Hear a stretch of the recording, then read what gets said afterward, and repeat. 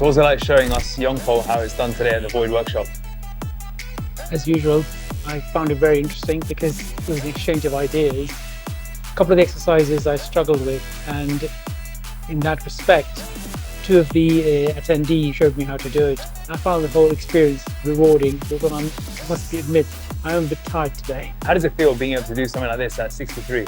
At 63, I think it's remarkable that I'm able to do this because I value my flexibility and mobility even more so now than I did, in that it helps me get around everywhere. And more importantly, I'm able to do things with my granddaughter now, which I thought I would probably have struggled with had I not been in good shape.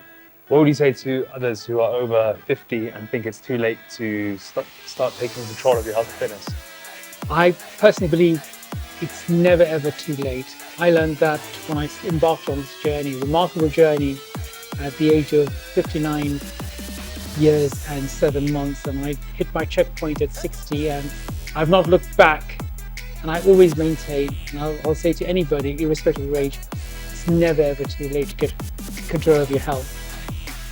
You're never too old to learn new tricks, as they say. The physical is the vehicle. Absolutely.